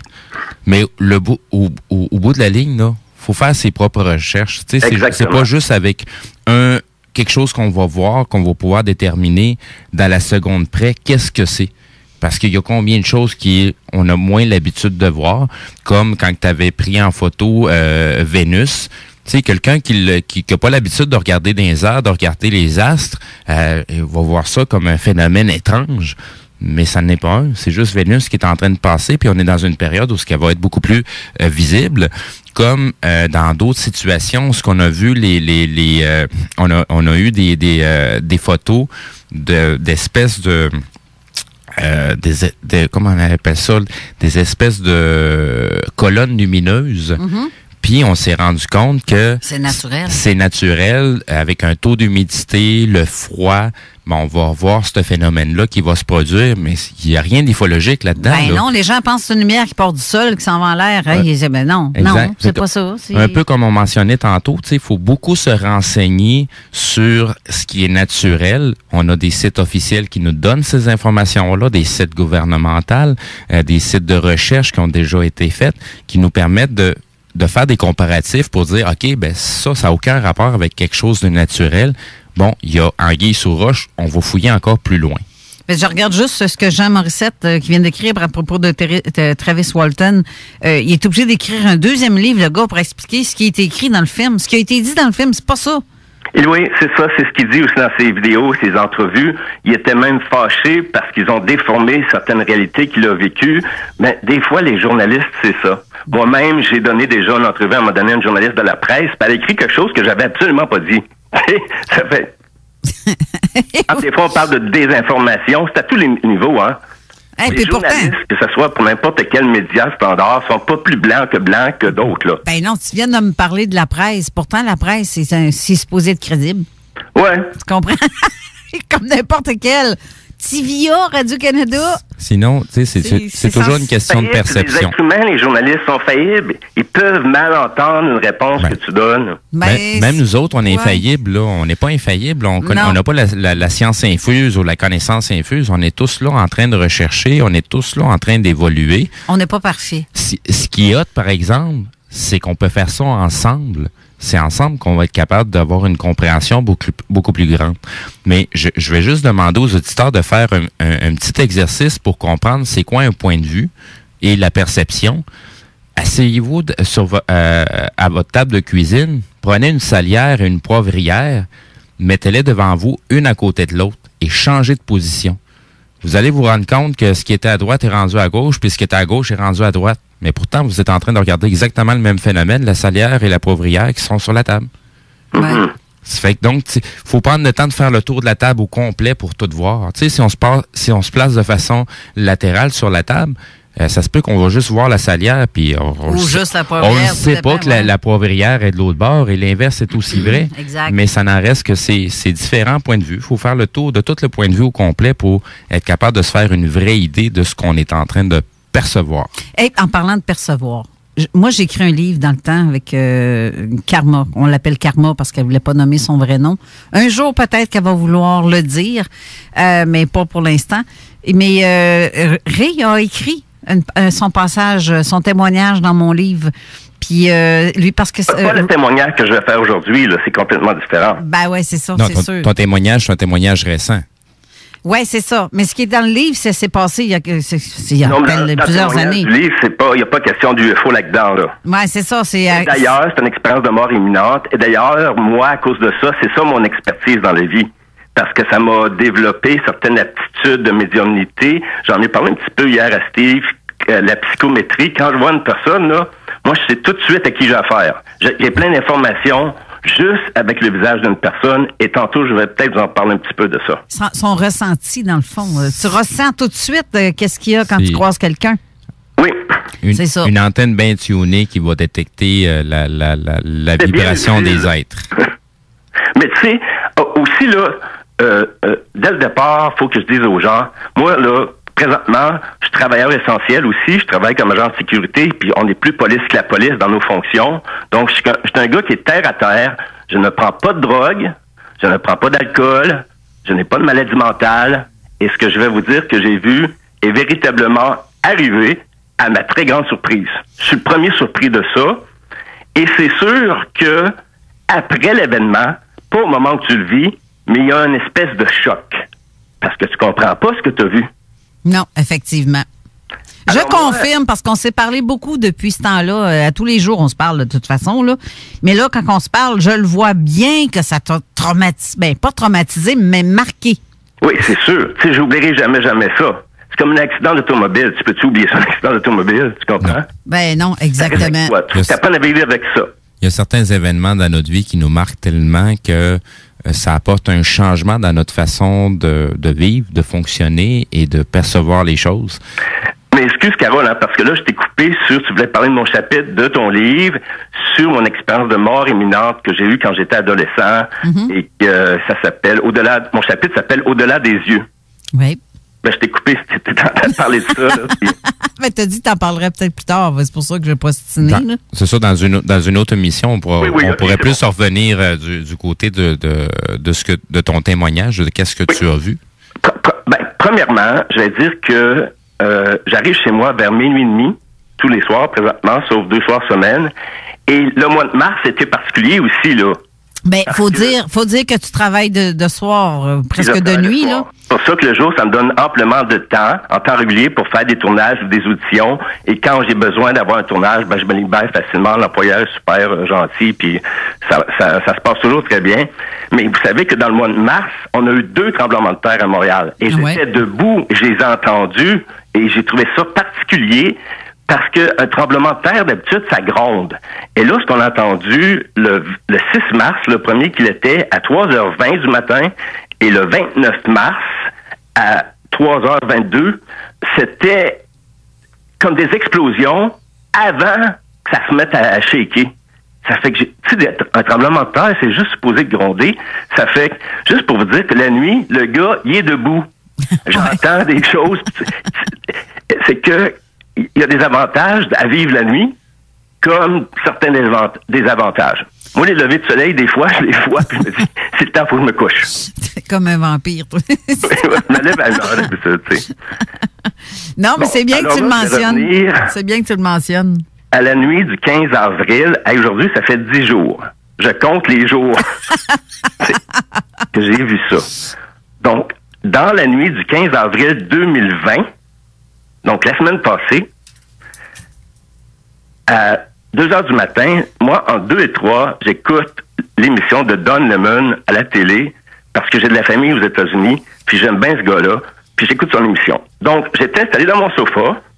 Aussi, pour que je dise que tout le mur sud de mon condo est vitré. OK. C'est une longue distance, là. Ouais. C'est à peu près 12 pieds, puis j'ai une porte parallèle qui est vitrée, puis j'ai mon balcon qui a peut-être un 12 pieds où je vois tout du ciel bleu, là. Oui, j'ai vu. Grande... Je confirme. Oui, puisque j'ai envoyé des photos et on s'est parlé, Carole, via FaceTime ou whatever, donc...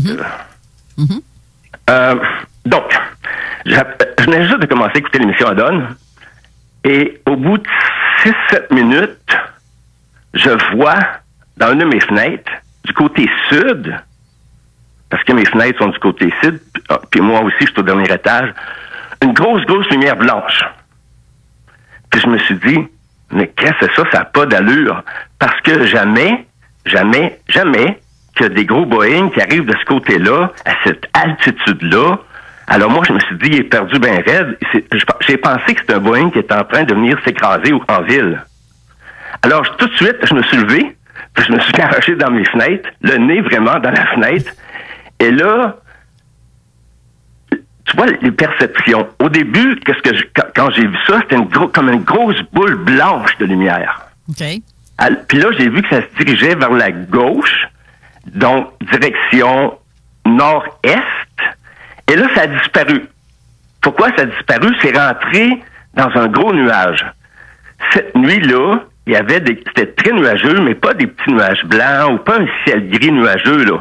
Il y avait des gros nuages avec des éclaircies, des sections où il n'y avait pas de nuages dans le ciel. Mm-hmm. Alors, au moment où c'est entré dans le nuage la première fois, ça a disparu complètement.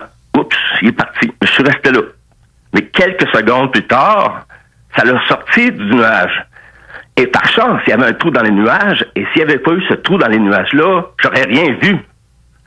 Et là, ça l'avait avancé et c'était assez proche de moi. C'était en oblique, du côté gauche. Donc, je dirais que c'était à 2500, 3000 pieds maximum. Et là... C'est bas, ça, là. Un petit Cessna va être à cette hauteur-là. Ceux qui font du Cessna, c'est pas très haut, les Cessna. Et non, même les hélicoptères. Sur l'altitude, c'est à peu près 2000 pieds ou moins, entre 1500 pieds et 2000 pieds, pour de la hauteur. Mais là, je te parle de la distance oblique, le visuel que j'avais en oblique sur l'objet. OK. Ça, c'est à peu près à 3000 pieds peut-être de moi, là. C'est proche aussi, là.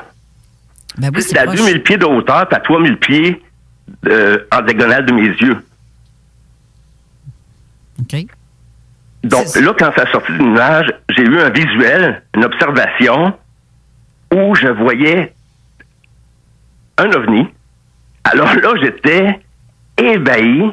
Je trouvais ça extraordinaire parce que je voyais beaucoup de définitions de l'objet. Alors, j'ai vu que c'était noir ou avec un peu de bleuté, ce qui m'a surpris parce que l'idée que je me faisais de ce que pouvait être un ovni n'était pas une couleur foncée comme ça. J'aurais pensé que c'était gris métallique, argenté, très brillant. Non, c'était pas ça. C'était vraiment une carlingue assez grosse à part de ça. Au moins 80 pieds de longueur par peut-être 75 sur l'autre bord. C'est une sphère aussi, hein? Mais tu me parlais de la grosseur à peu près d'un Boeing. Puis un Boeing, c'est 200 pieds. Oh, OK. En tout cas, moi, j'ai pensé que ça avait 80 pieds par 75, mais tu sais, c'est difficile d'évaluer, là. Ben oui, c'est ça. Puis c'était pas un disque parfait, c'était un peu ovale. Okay. Un peu comme un œuf. Ouais. Et puis là, ce qui m'a surpris, qu'est-ce qui m'a saisi, c'est que cet engin-là avait des hublots de lumière. Et là, comment était ce hublot de lumière-là qui m'a saisi? J'étais hypnotisé par ça. C'était comme un wow moment. C'était très lumineux. C'était comme des hublots d'avion, mais à l'horizontale et beaucoup plus gros qu'un hublot d'avion. Mais pour la forme, c'était comme un rectangle ou un carré, plus rectangle que carré, mais les coins étaient ronds. Et ça projetait une lumière très, très blanche, très, très puissante. Et chaque hublot de lumière était symétrique. Il y avait une distance entre chaque hublot et tout l'objet était très symétrique.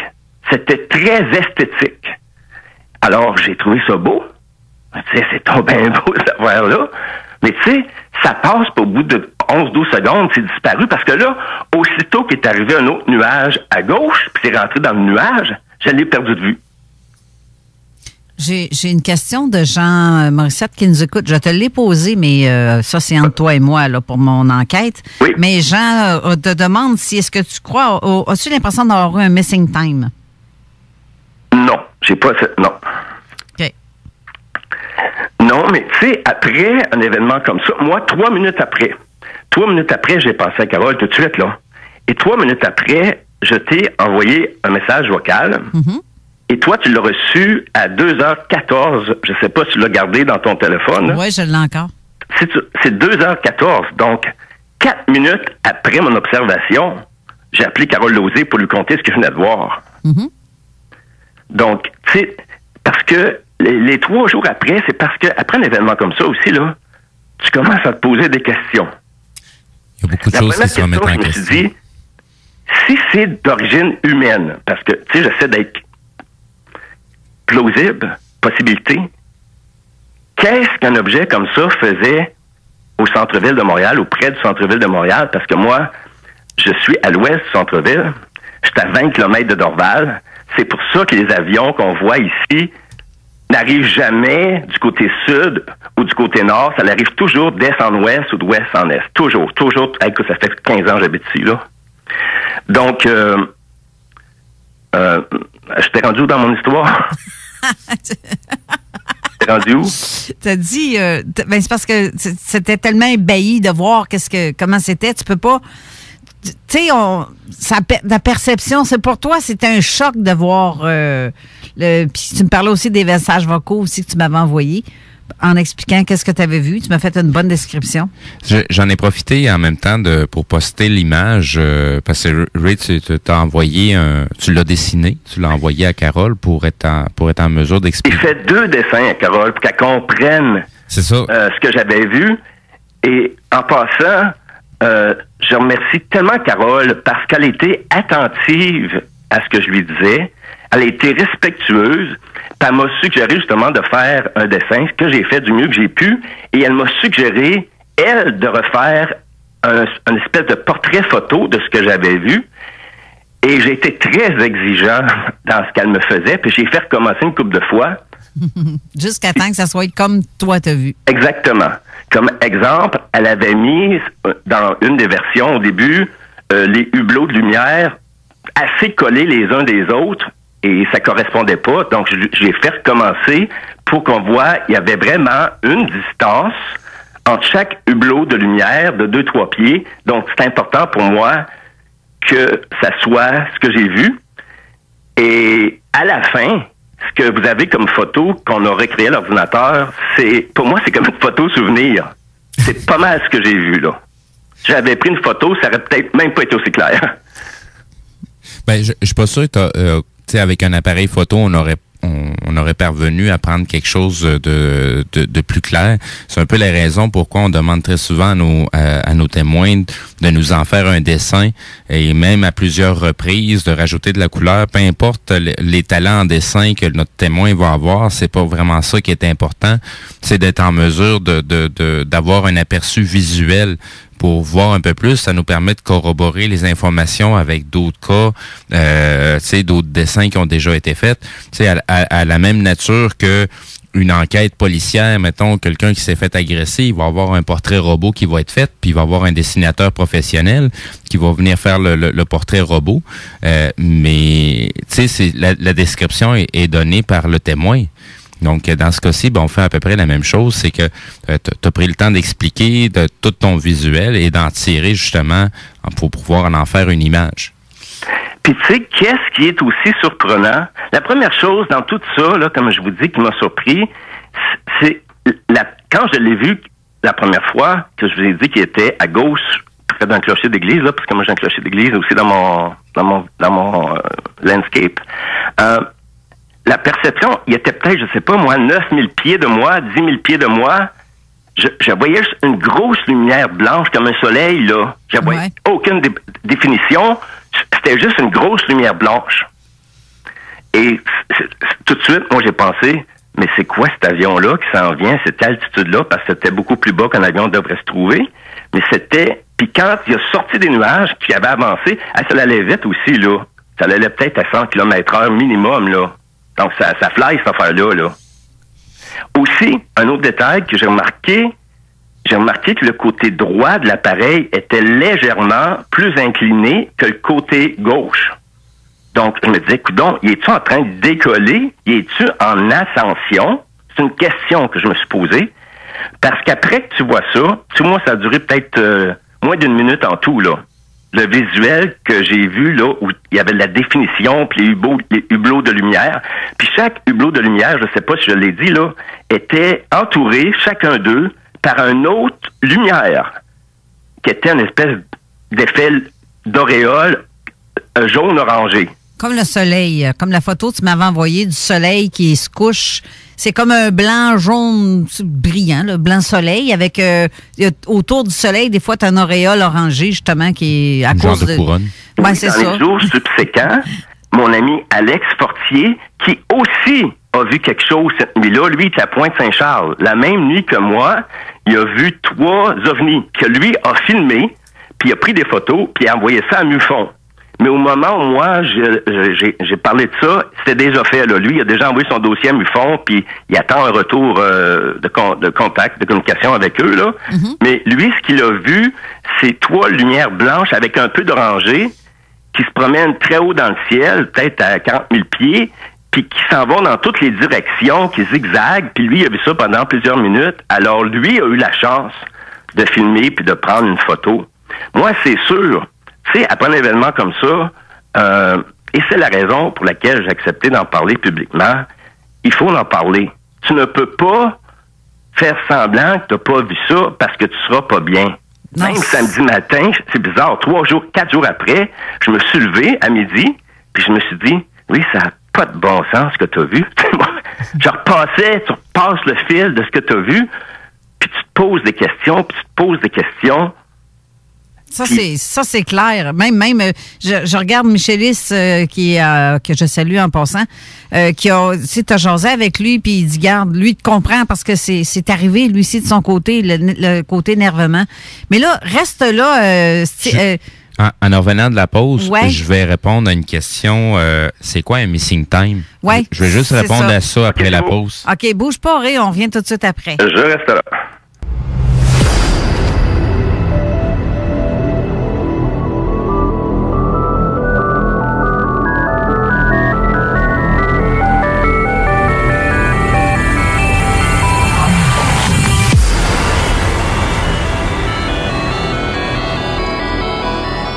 De retour en studio avec Ray Blaze au téléphone. Mais Steve, tu voulais faire une...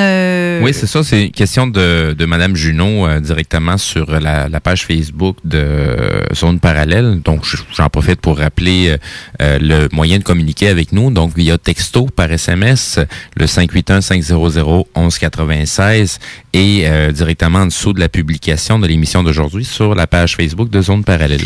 Effectivement. Puis en même temps, pour les textos, 581-500-1196, comme tu viens de dire. Mais je ne sais pas si on va avoir le temps de tout lire parce qu'il reste à peine une demi-heure à l'émission. Exact. Fait que je vais juste revenir sur la question de Mme Junot sur le missing time.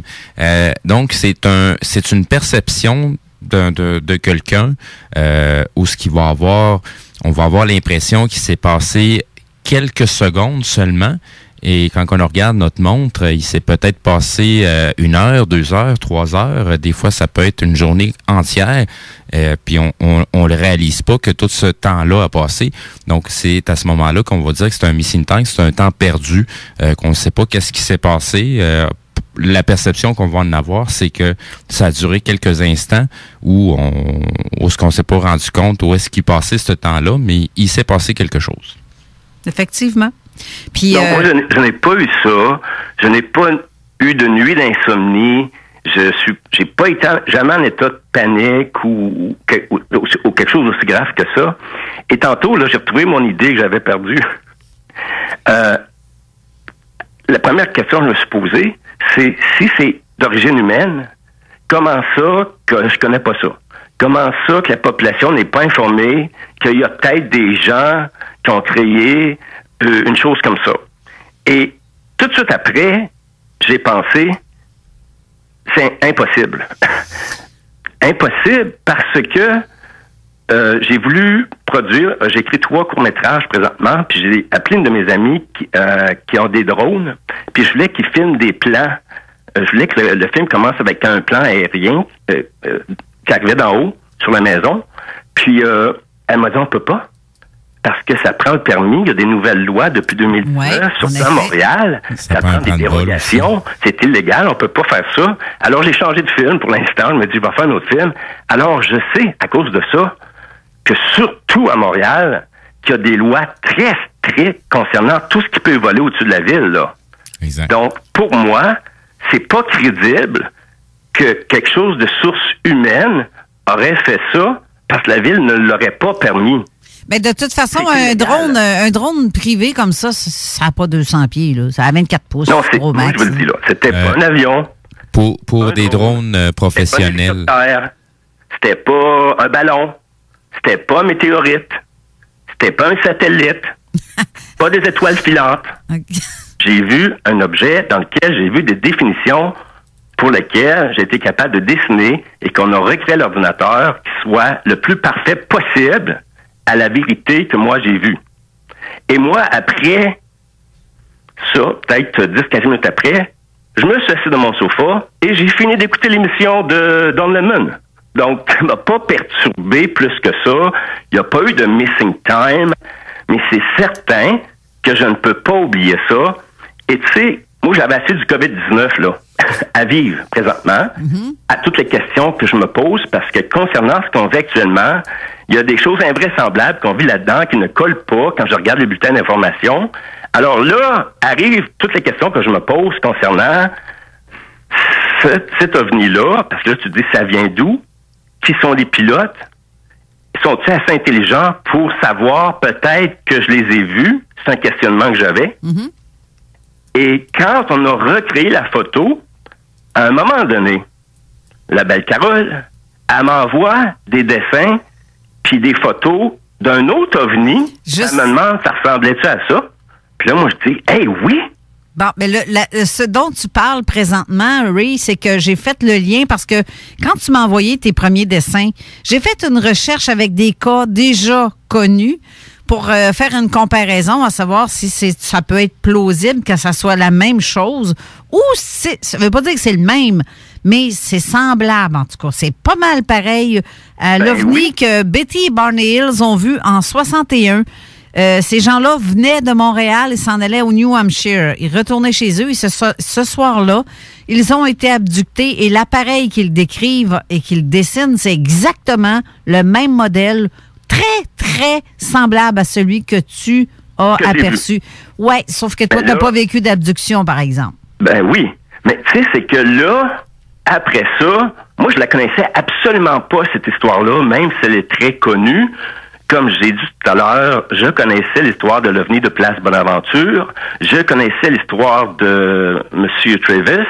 Puis, tu sais, leur description des OVNI, c'était pas du tout ce que moi j'ai vu, là. Tu sais, eux autres, il y avait plusieurs lumières. Travis dit que c'était blanc et rouge feu, très, très rouge. Moi, c'était pas rouge, là. C'était surtout blanc, avec un petit peu de jaune orange. Et c'était vraiment beau, là. C'était tellement esthétique. Ça m'a impressionné. Et là, bon, ça fait que, tu sais, ça, tu poses 56 000 questions après ça, mais tu sais, j'aurais pas de réponse, là. Ouais. C'est ça, pour vivre avec le mystère. On sait pas si c'est humain ou pas, mais si c'est humain, admettons, là, ben comment ça se fait qu'ils n'en ont pas fabriqué des centaines et des milliers de ces engins-là? Ça polluerait un petit peu moins que les avions. En plus, ça fait pas de bruit, puis c'est quand même assez bas. Et je me dis, crème, si c'est un moyen de transport qui a été fait par l'homme, mais utilisez là-dedans pour traverser d'une place à l'autre. Ce que j'ai vu serait complètement illégal. Tu comprends? C'est pour ça que ça fait pas du sens pour moi que ça soit de source humaine. À cause de ça, t'as même pas le droit de faire... T'as pas un drone ici, là. Oui, non, moi, je comprends ce que tu dis. Moi, je parle, tu sais, au lieu de fabriquer des avions, c'est ça que je veux dire.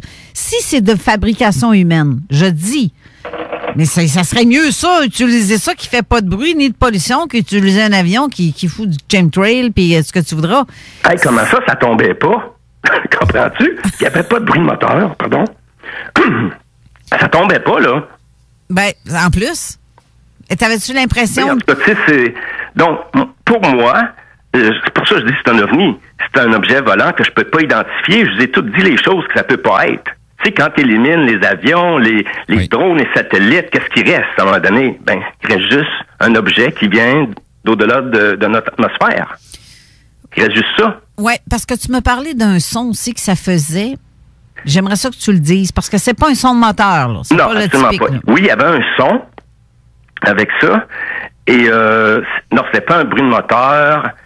Moi, pour essayer d'être exact dans le son, je dirais que c'était la pression acoustique que l'air faisait avec la cellule de l'engin, avec le fuselage. Je ne sais pas c'est quoi le composite de ça, mais comprenez-vous ce que je veux dire? Mm-hmm.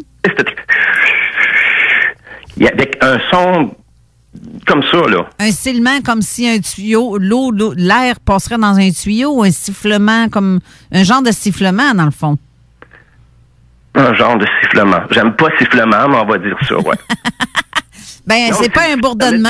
C'est un son que tu n'as jamais entendu puis qui est inconnu, hein? Ben, tu peux pas le comparer avec quelque chose d'autre si tu l'as jamais entendu, c'est ça? Ben, ça ressemblait peut-être aussi à un avion qu'on voit pas qui est à 60 000 pieds dans les airs. Des fois, tu sais, il y a des avions, on entend juste le vent, là. C'est un son un peu comme ça. Il y a une similitude dans...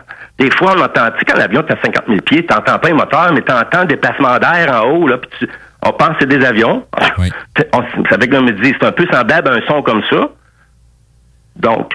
Ben, pour les gens qui se sont déjà qui habitent proche des aéroports ou tu sais, moi ça m'arrivait souvent là, dans le secteur de l'ancienne Lorette là, d'aller m'installer au bout des pistes. Là. Il y a des endroits qu'on est capable d'aller s'asseoir pour voir les avions atterrir ou les voir décoller. Quand l'appareil démarre ses moteurs, on entend une similitude de ce fameux sifflement-là, quand la turbine se met à tourner. Ouais, ça fait un petit... Oui, exactement. Très, très, très aigu. Des fois, il va y avoir des sons qui sont très, très graves. Puis, il y a des sons aussi qu'on n'est pas capable d'entendre. On n'est pas capable de le reproduire comme là. Je viens de faire une folle de moi en faisant un petit son, là, mais je sais que c'est pas ça, là, mais je comprends, je comprends ce que tu veux dire. Mais ce que je trouve étrange, c'est ça, là, je veux pas faire de confirmation, comme j'ai dit tantôt, je vais le répéter. Je dis que ça ressemble étrangement à ça, que tu ne connaissais pas l'histoire de Betty Barney Hills. Je t'ai envoyé l'histoire, le lien un peu, puis tu as regardé la vidéo du film, je pense. Ça, c'est arrivé après. Toi, tu m'as parlé de ça. Alors, j'ai parlé à mon ami Sylvain qui travaille dans un autre condo la nuit. Et lui m'a envoyé le lien YouTube pour voir le film qu'ils ont fait dans les années 70 sur l'histoire de Mme Betty et Bernie. Mais avant d'aller voir le film, j'ai été faire des recherches sur l'Internet pour voir c'était qui les vraies personnes. Y a-t-il des photos des vraies personnes? Parce que moi, comme je suis psychométrique, tout de suite, quand j'ai vu leurs photos, je sais que c'est des bonnes personnes. Ça, c'était des personnes honnêtes. Ça fait que déjà en partant, j'ai ce flash-là, j'ai cette impression-là, j'ai ce ressenti-là, avant même de voir le reste de leur histoire. T'as-tu mis la photo du dessin qu'ils ont fait où qu'on voit M. Betty et Barney Hills? Oui, j'ai posté les deux liens que tu m'avais fait parvenir. C'est plusieurs photos, justement, du cas, et on voit les vraies personnes, Betty et Barney Hill. Qui tient le dessin? Eux, là, ils étaient au temps de la ségrégation, là. Oui, c'est ça. Lui était noir, elle était blanche. Écoutez, c'est sûr que ces gens-là ne voulaient pas attirer l'attention sur eux parce qu'ils devaient vivre plein de discrimination à cause de ça. Oui, effectivement. Très bon point. Je ne l'ai pas lu, je le ressens. C'est sûr qu'ils ont vécu ça. Ça fait qu'ils n'allaient pas attirer l'attention avec une histoire de kidnapping d'OVNI. Ça va être très pénible à vivre ce qu'ils ont vécu. Très pénible. Très, très bon point ce que tu dis là. Le gars veut pas se faire publiciser parce que déjà, il se faisait tirer des roches par les voisins. Imagine-toi si ça serait au grand public, c'est encore pire. Ce que j'ai trouvé extraordinaire, puis que ça m'a fait ça m'a amené beaucoup de joie, c'est quand j'ai réalisé que Mme Betty, sous hypnose, a reproduit une carte stellaire d'où venaient les extraterrestres qu'elle a rencontrés dans le spacecraft. Et puis, ça l'a pris des années plus tard où des scientifiques, je pense en 1969, ont découvert la galaxie et les planètes, et c'était un match parfait. Exactement. Comme qu'elle disait, au début, il disait, voyons, ça n'existe pas, c'est n'importe quoi. Mais non, ça a pris quelques années. Par contre, des astronomes ont découvert justement l'emplacement en question, que ça a été dit. Donc, c'est comme dans tes dents, l'astronome. Ben, c'est ça. Tu sais, parce que là, je me dis, pour eux autres, ça a dû être un apaisement extraordinaire que pendant plusieurs années, des gens auront mis en doute leur histoire, ce qui leur est arrivé. Puis là, avec cet appui scientifique-là, quand même extraordinaire, ben ça venait nous dire qu'ils n'ont pas menti. C'est ce qu'ils ont vécu. C'est extraordinaire. Parce que Mme Betty, aussi, elle raconte, de ce que j'ai vu, elle voulait un livre. Elle a vu un livre dans le spacecraft. C'est quoi donc? Tu sais, je suis franglais, hein? Spacecraft, c'est quoi donc? L'OVNI. On va dire l'OVNI, l'engin. Vaisseau spatial. En train de se faire occulter par ces bébites-là. Puis, elle avait un livre, elle voulait apporter le livre pour prouver que ça lui était arrivé. Puis, ils lui ont pas permis. Puis, ils lui ont dit, elle pourra pas s'en rappeler. Puis, quand elle a quitté l'OVNI, qu'elle était revenue sur Terre, elle nous a dit, je vais m'en rappeler, je vous oublierai pas, je l'oublierai pas ce que vous m'avez fait. Mais elle l'avait oublié. Et c'est seulement sous hypnose qu'elle s'est rappelée, elle et son mari, ce qui lui était arrivé. puis a fait des hypnoses séparées, puis pas en même temps, puis les deux ont dit les mêmes choses.